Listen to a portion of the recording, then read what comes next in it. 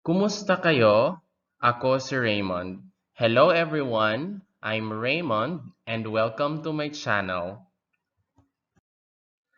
Our lesson for today, ang ating aralin sa araw na ito, is all about counting numbers in Tagalog or pagbibilang sa Tagalog.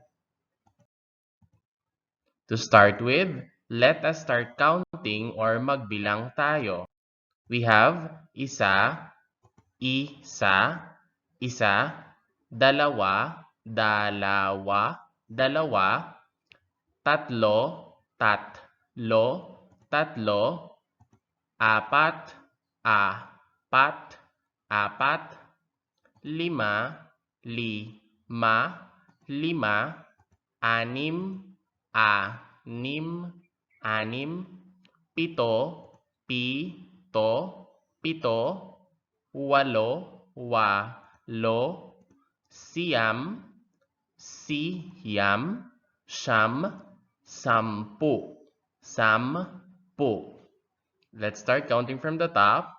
Isa, dalawa, tatlo, apat, lima, anim, pito, walo, siyam, sampu. Let us identify these numbers in Tagalog. Number 1 in Tagalog is isa. Number 10 in Tagalog is sampu. Number 8 in Tagalog is walo. Number 4 in Tagalog is apat. Number 2 in Tagalog is dalawa. Number 7 is pito. Let us all read. Isa, sampu, walo, apat, dalawa, pito. Number 9 in Tagalog is siyam. Number 5 is lima. Number 3 is tatlo. 0 is zero. Number 6 is anim. Number 2 is dalawa. Let us all read. Siyam, lima, tatlo, 0, anim, dalawa. Let us have numbers 11 to 19 in Tagalog. So the formula is to use the word labi plus the connector, which is either na, nang, or en, and the numbers 1 to 9 in Tagalog. Let us have the first one. How do we say 11? 11 is labing isa. We will use the word labi since isa here starts with a vowel, so we will use the connector ng. So it's labing isa. Next is number 12. Number 12 in Tagalog is labindalawa. We will use the word labi since dalawa here, dalawa starts with a D, we will use the connector N. Labindalawa. Labing isa, labindalawa. Let us try number 13. Number 13 in Tagalog is labintatlo. We will use the word labi. Since tatlo starts with a T, we will be using the connector N. Labintatlo. Number 14 is labing apat. The word labi since apat starts with a vowel, we will use the connector NG. 13, 14. Number 15 is 15.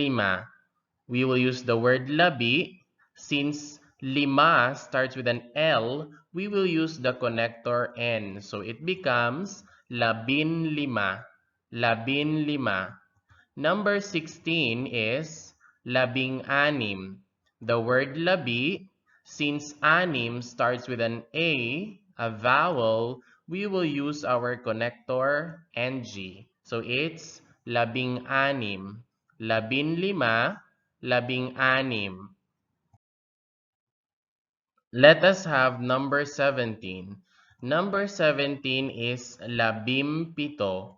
We will use the word labi and we will be using the connector M for the pito. Okay, we will be using M, so it becomes 18. And then number 18 is 18. 18. Aside from vowels, we will also be using the connector NG for W. So we have 18, 17, 18. Next is 19. 19 in Tagalog is 19. The word labi, since sham starts with an S, we will be using the connector N. 19. 19. 20 is 20. 20. Dalawa is for 2, and then the pu here is for the multiples of 10. 20. 19, 20. Let us read again numbers 11 to 20. 11, 12, 13, 14, 15, 16, 17, 18,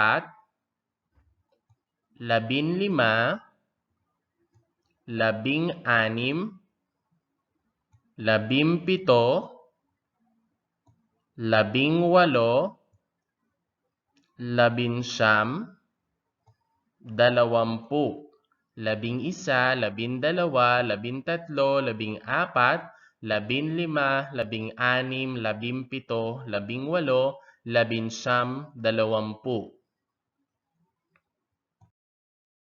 Let us have the multiples of 10 in Tagalog. So we will be using the words numbers 1 to 10 in Tagalog. Isa hanggang siyam plus the connector na, ng, and M. If the number in Tagalog ends with an O, we will change that to U and then add M and with the word po plus po. Okay, we have 10, 20, 30, 40, 50, 60, 70, 80,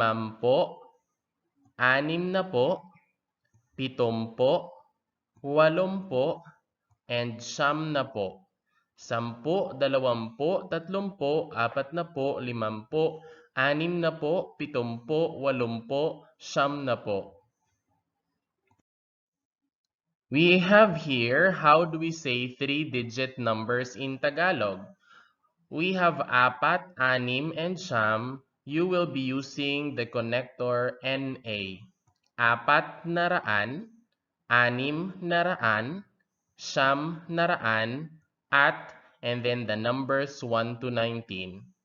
For numbers isa, dalawa, tatlo, lima, pito, and walo, you will be using the connector NG plus the word for 100, which is either daan or raan. But in the case of NG, we will be using the word daan, at, and then numbers 1 to 19. Let us try this one. We have 200. Let's start with 200 first. 200 in Tagalog is dalawang daan, dalawa, dalawang daan, dalawang daan. 300 is tatlong daan. Tatlong daan, 200, 300. 400 is apat na raan. Apat na raan. Apat na raan. 500 is 500. 500. 500. Apat na raan, 500. 600 is 600. 600. 600. 700 is 700. 7, NG, and then daan. 700. 700. 800 is 800. 800. 8 plus the connector NG and then the word daan. 800. 900 is 900. 900. 800. 900. Okay, next is 517. 517. Let's start with 500. That is 500.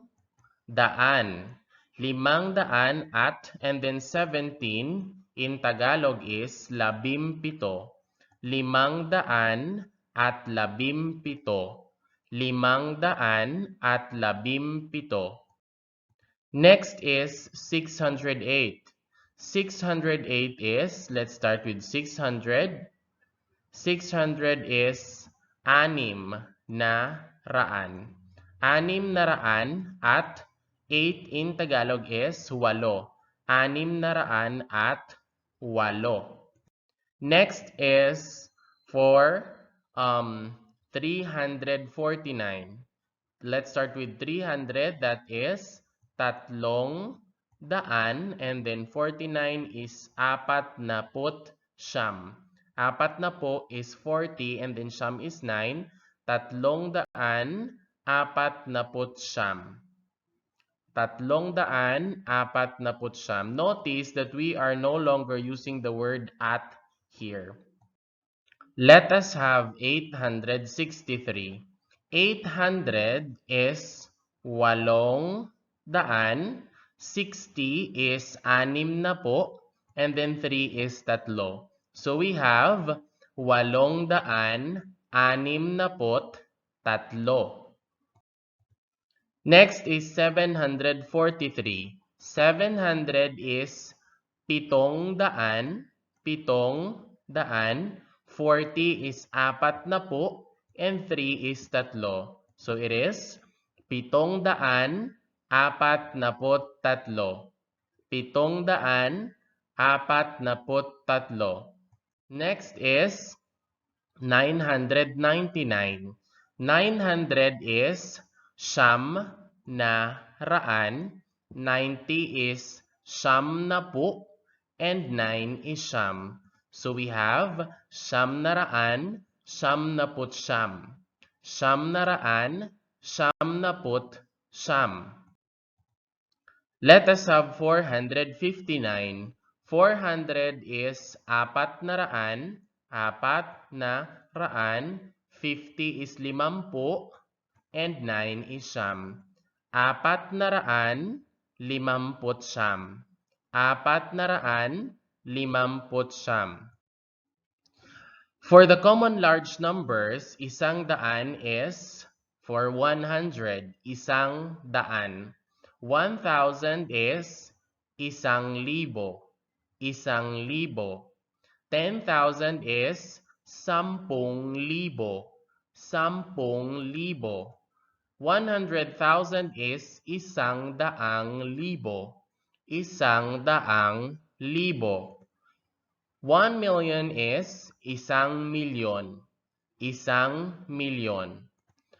1 billion is 1 billion, and 1 trillion is 1 trillion. 100, 1,000, 10,000, 100,000, 1 milyon, 1 bilyon, 1 trilyon. That's all for today. Maraming salamat, and I hope you learned something new. Once again, this is Reymund. Thank you very much, goodbye, and take care. Maraming salamat, paalam, at ingat.